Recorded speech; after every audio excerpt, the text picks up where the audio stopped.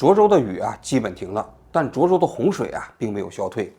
据有关部门宣布啊，涿州这个地方的这次超级大洪水啊，要想完全消退到灾前的水平，大概需要1个月左右的时间啊。更可怕的是啊，未来几天，涿州这个地方可能还有3到4亿立方米的洪水的水头要从这里经过，也就是上游下来的，北京的山区里下来的嘛，是吧？所以呢，涿州这个地方的抗洪抢险的局面啊，仍然是非常严峻的。据现在的媒体报道啊，实际上就是涿州的灾区中间还有很多灾民没有被转移出来。找了，别着急，千万别着急，你别动了，别动，那儿高，别动，不要着急啊，别着急，没事，没事啊，别哭，别哭，没事，没事。视频有，有视频。好嘞，来，先把救生衣快穿衣服，快穿衣服，穿好了，上来快。一小口，咱们有，慢慢喝，一小口啊。看天海救援现场，没事。然后啊，那市区里面，那楼里头不是有很多灾民吗？大家不要认为楼里头那些人呢就没事啊。假如说你家住在10楼，你是没有被这个水啊给淹没啊，但是你要知道啊，现在这灾区里面呢，停水停电已经有4、5天的时间了。你想一想，现代社会如果停水停电的话，你怎么生活？大多数人家里头，说实在的，最起码都没有储存水啊。如果要是停水要4、5天，这也要是出问题的。所以这些人通通需要转移出去啊。你先下来，王远，大哥，你赶紧下来。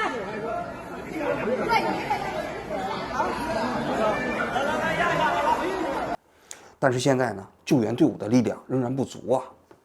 但就在这种情况下啊，就在前2天，突然网上出现一个消息，就有救援队啊，人家赶到现场之后，发现进不去。对接的啊，没有对接。你看这人们都在这在干等着，没有对接呀。为什么进不去呢？因为按照现在的规定，外地的救援队如果进入到涿州去抢险、去救灾民，必须得经过批准，必须得有邀请函。那人当时这个救援队就找当地的一个乡长说：“你给我们开个邀请函吧。”那乡长说什么？他说：“我们乡政府啊已经被泡了，公章都在水里头呢，所以给你们开不了邀请函，所以你们进不去。”这消息传到网上之后，网民就炸了。你想想，一方面啊，你灾区里有那么多灾民等待往外救援，时间就是生命；但另外一方面呢，这些救援队伍赶到了灾区之后想进去又不让进，那是什么道理啊？看了好多人求救呢。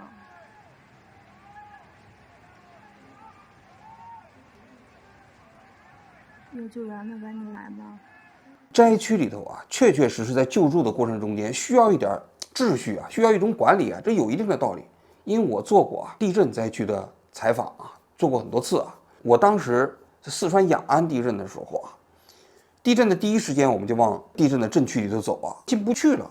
为什么呢？路上全是车，来自于全国各地的这种救援队啊，开着大大小小的各种各样的工程车啊，什么钩机啊，各种各样的东西啊，很快就把路彻底堵死了，谁也进不去了。最后你知道我们怎么着？我们就是徒步进灾区啊，走了好多个小时才进去。进去之后发现什么呢？灾区里实际上缺少工程机械，缺少救援队伍，但是所有的一些救援队伍啊，全部被堵在路上了。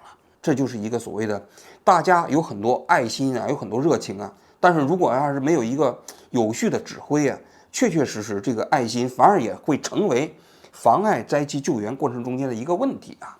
另外一个方面呢，我们进到灾区里头也看到有一些救援队伍啊，他去了之后，他由于没有专业知识啊，他干不了啥，然后天天呢就在那个地方喊口号，然后呢支个帐篷在那个地方每天啥也不干。我当时在四川雅安的时候，我干过不少这样的救援队啊。所以对于这个救援队伍啊，进行一些简单的甄别，或者说进行组织，我觉得是有一定的必要性的。但问题是，应该由谁来组织？乡政府开这个邀请函就能解决问题吗？我觉得解决不了。为什么？乡政府能分辨出来谁有专业的救助技能吗？谁有专业的救援知识吗？他不能啊，对不对？更不用说了，你就算是用其他的方式来组织的话，由政府部门来批准的话，你也未见得能够分辨出来。更何况，政府部门还有自己的救援队，他也会偏爱自己的救援队啊，他会对民间的救援队，他实际上采取其他的方式来限制你啊。比如说，北京市红十字会。那肯定是官办的，大家都知道啊。虽然红十字会在国际上都是民间组织，但是在中国都归党组织啊，都归党管理呀，对不对？而且它已经不是民间社团了，就是政府的公务机构了。那北京市这次房山啊、门头沟不是也发生水灾了吗？人家红十字会的自己的救援队伍就到灾区去救援了，叫他们还拍了一个宣传片，哎呀，配上那种恢宏的音乐。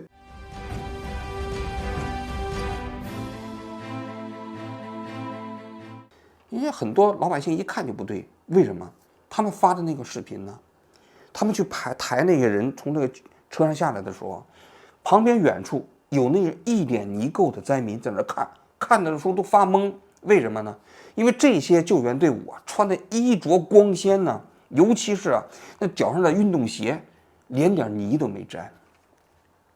但是你想想，那灾区里头遍地都是泥污啊。这些人穿着那么漂亮的运动鞋到那个地方去了，人家作何感想啊？就是你这种救援队，你到底是救人去了，你还是摆拍去了？你到底是为了感动灾民去了，还是为了感动你自己啊？看这导演，你这么整不对劲，你应该躺沙堆底下。这就是屯子，看完了，这就能洗澡。看他家是吧？就要这个画面，看他家捕捉的，你瞅着，一会儿一本露着，你看家，也，这导演导的不怎么太好，导演呐。大家都知道，就是那种水灾的现场，你要去的话，你要么你穿雨靴，你不管是水呀、泥呀，你都不怕；要么呢，你得穿那种登山的那种鞋啊，防滑的。你穿那种运动鞋去到现场，你到底是救人呢，你还是为了表现自己呀？所以人民群众的眼睛是非常雪亮的啊。所以你看到了吗？就这一次在救灾的过程中间，老百姓就说了，你看看这民间救援队，这就叫恶意救援，没有经过政府的批准，你就是恶意救援。所以又出了一个新名词，继这个恶意返乡之后，又出现了恶意救援了。同时，恶意救援之后啊，又出现一个词叫恶意捐款。今天啊，我们就来聊一聊这个恶意救援和恶意捐款背后的故事啊。这所谓的恶意捐款啊，挺有意思的，就是北京市的红十字基金会啊，在这个北京水灾之后，在网上搞了一个捐款活动，说啊要捐600万块钱给这些北京市的这些灾民嘛，是吧？结果啊，他发了这个捐款公告之后，不敢打开评论。你想想，你按道理来讲，你搞慈善活动，你怎么能不敢打开评论呢？对吧？紧接着，那个微信扫码，你进去捐款啊，捐款之后全是捐1分钱的。当然也不是全是捐1分钱的，大量的一排一排的，一排一排的，全是捐1分钱。然后呢，差不多5、6天的时间过去了啊，一共捐了132万块钱，离这600万块钱啊，距离啊标准差那么远啊。然后最后呢，北京市红十字会啊就把这个捐款项目给停了，不捐了。你们不是老搞1分钱的捐款吗？啥意思啊？是不是1分钱的捐款？你这就叫恶意捐款，你在讽刺我们呢，对不对？所以呢，这网上有人就说了，这些其实就是通过这种方式来嘲笑红十字会。你想想，北京市啊，中国的首善之地啊，按道理来讲，遭受这么大的洪水，他们在网上筹集600万的捐款，应该不难吧？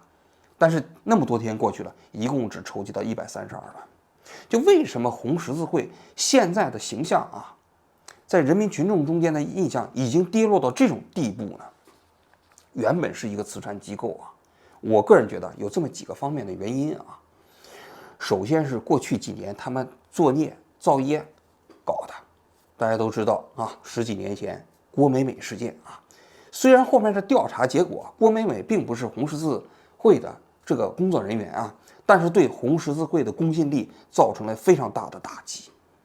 那当然，不过其实腐败案还是有的啊。就是当时的河南的红十字会啊，要高价购买这个西装啊什么之类的啊，这种腐败它确实存在。总而言之啊，过去这个红十字会啊本身呢，确确实实内部管理啊存在着各种各样的问题，这是一个非常重要的原因啊，我觉得啊。第二个方面呢，就是过去啊，中国的红十字会的捐款啊，主要是靠就是政府摊派，你要在这个企业里头或者是事业单位里头工作，每年到那个有灾区的时候，就要求，这个捐款啊最低50啊，然后那个干部100，什么干部200。我们当时在央视的时候也都遇到这种摊派啊，普通的这个工作人员一个人50，制片人就100，到部主任就200，中心主任就500、1000，都是这么摊派。所以红十字会的捐款你会发现了吗？来自于民间方面的捐款非常非常少，主要靠政府摊派。但摊派啊给人造成的印象极其恶劣。就是慈善本身有一个非常重要的原则，就是自愿的。你摊派我必须做，那不就是苛捐杂税了吗？什么叫苛捐？苛捐就是说表面上看是捐，因为捐的前提是自愿。苛捐就是说你必须捐的捐，就叫苛捐。那红十字会的捐款最后变成了苛捐了，它实际上极大的透支了民间的爱心呢。不是说透支啊，它甚至就是把你这些爱心呢都给你消灭了。因为原本我可能还想捐呢，但是你一旦强迫我，我就不捐了，因为我觉得我被你就是裹挟了，被你胁迫了嘛。那你想想，最后就导致了民间社会对红十字会的捐款抵触越来越大，这是第二个方面。第三个方面呢，就是这个腐败。我们刚才说的那腐败只说了一个头啊，这腐败啊，这个红十字会你别看呐，对于一个慈善组织来说啊，它是非常容易腐败的。因为你其实是花钱的机构嘛，而且你要想办法把钱花出去嘛，所以这里头如果要是没有一个完善的监督和这个透明的机制的话啊，这个机构是特别容易的腐败。大家可以看一下那些民间的慈善机构啊，它虽然不是政府办的，其实中国的民间慈善机构没有几个干净的。就为什么？他们收上来的钱并不需要向收钱的人完完全全的负责，而且中国的慈善机构你可以看什么呢？现在基本接受的捐款中间的90%都是限定用途的。为什么限定用途？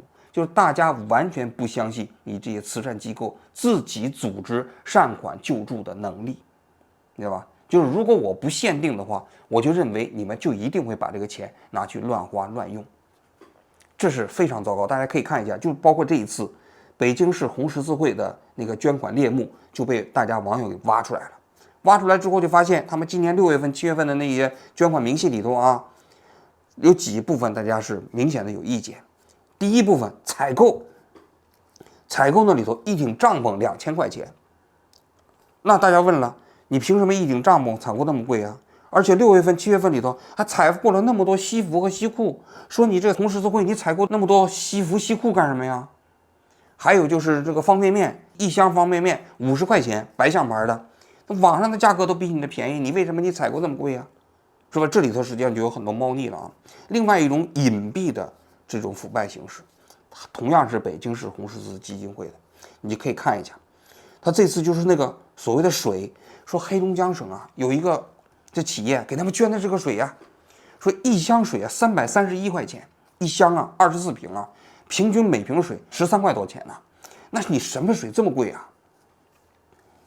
其实这里就有猫腻了，为什么呢？因为中国的慈善捐赠啊也是可以抵税的，按照中国的慈善法规定啊，如果你企业捐赠物资的话，你可以在你的税前利润12%的范围之内进行税权抵扣。那什么意思啊？就是说你捐款的这个东西捐物啊，你可以抵扣你的这个企业所得税嘛，这当然是合理的。但这里头就滋生了一个歪门邪道。你比如说像这种矿泉水的企业，矿泉水的实际上的成本，可能大家都知道啊，它的主要成本来自于2个，第一个是物流成本，第二个就是宣发成本，知道吧？实际上呢，水本身的成本约等于0，大管子往那一接，往抽出来消毒，甚至有的都不用消毒，直接灌装就行了嘛。所以你知道它一瓶水啊，它把这个水啊定价搞到13块多钱，实际上的水的成本可能只有3毛钱，但他捐给了这个红十字会的时候呢，定价是13块多啊，他用13块多钱的价钱去抵扣企业的这个企业的税，所以你可以看到，所有这些企业捐赠的时候都愿意捐赠自己企业生产的物资，这是第一，尤其是就是它成本和最后的售价之间非常差额大的那些企业，更愿意捐助自己的物资。这实际上你说是不是腐败？当然也是腐败了。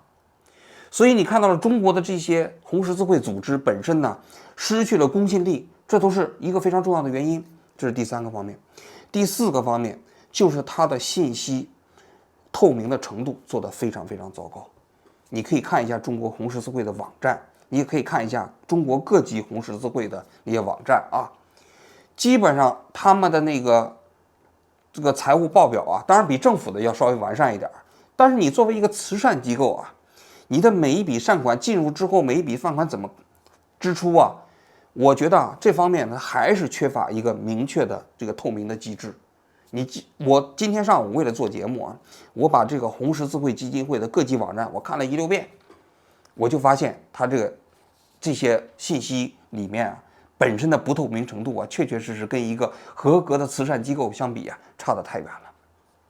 更何况你还可以看到一个问题，就是中国的红十字会啊，其实现在已经完完全全沦为了政府的一个组织，就是政府组织。因为他们这里头啊，他的很多人的编制就是公务员，还有一些事业编，还有一些既不是公务员不是事业编的一些聘用人员，但是核心人员现在已经全部变成了公务员和事业编，他们的开支完全是财政拨款。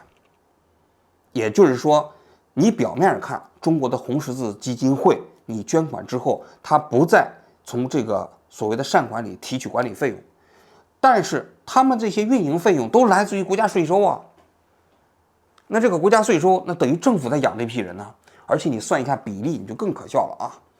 中国红十字会基金会这么大一个组织啊，一年来自于公众的捐款有多少呢？大家可能想不到啊，只有3亿人民币，其中网上捐款6000多万，还来自于腾讯公益啊这样的这些组织帮他们捐啊，才3亿。那他一年那些捐款是吧？最后怎么办呢？最后就政府从那个什么彩票基金里头给他拨6个亿，加起来才有9个亿。那他一年的运营费用是多少钱呢？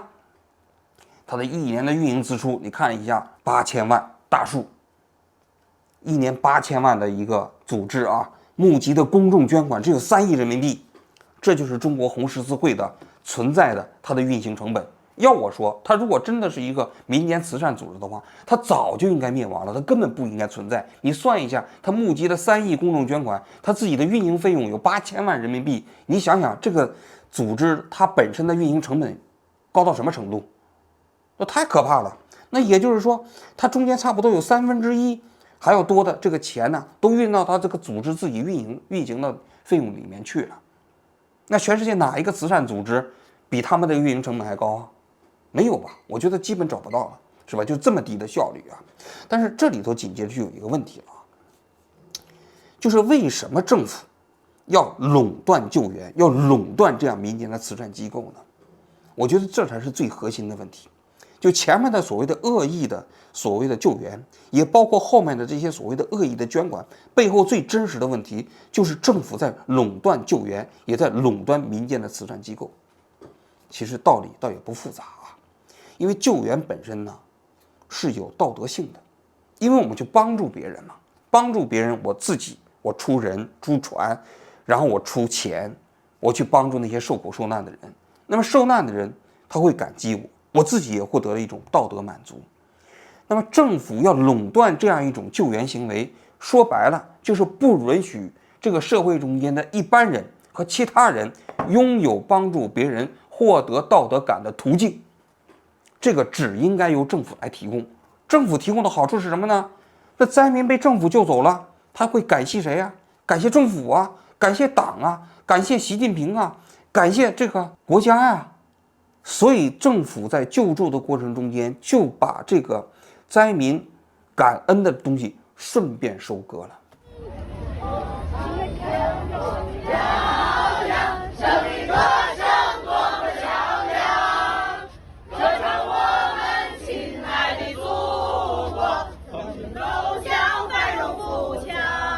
他认为分奖本身他收益就降低了。如果民间的那些人救援的更好，那给人家比较呢？政府救援还不如他，那就更糟了。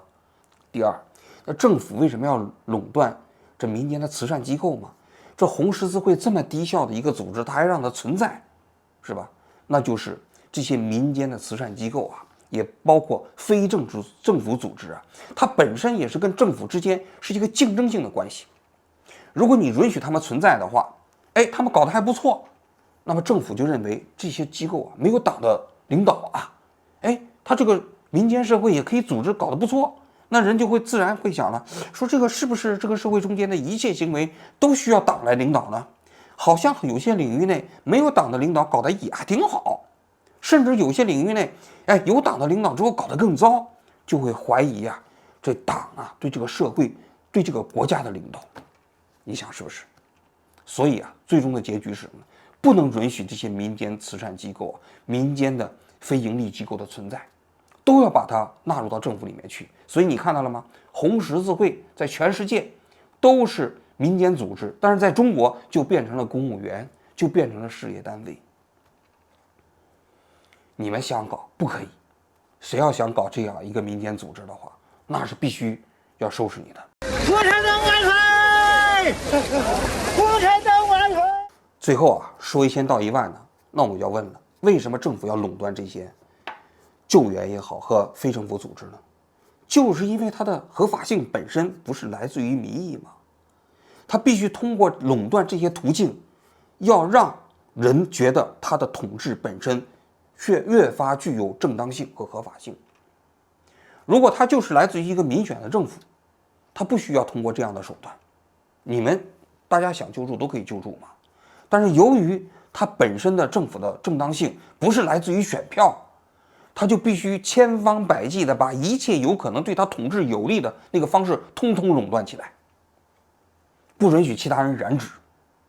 当然了，说句心里话，人民群众的眼睛是雪亮的，他看不出来吗？我觉得啊，那一个又一个一长串的1分钱的捐款，那些恶意捐款本身呢，其实就是对政府啊这种所谓动机的嘲讽，不是吗？你垄断了，是，这都是你们家的，但是我可以通过捐款1分钱的方式，我嘲笑你们这种低效的官僚的所谓的中国的这样的一个慈善组织。所以你觉得他们达到目的了吗？并没有啊。随着这样的现代社会啊，这种民间的信息越来越透明，我觉得中共的这种统治方式啊，其实啊，已经越来越显得可笑了，不是吗？好，我今天就讲到这里，谢谢大家。你先下来，王宇然，大哥，你先下来。不要着急啊，别着急，没事。这边好多救援的都在这等着呢。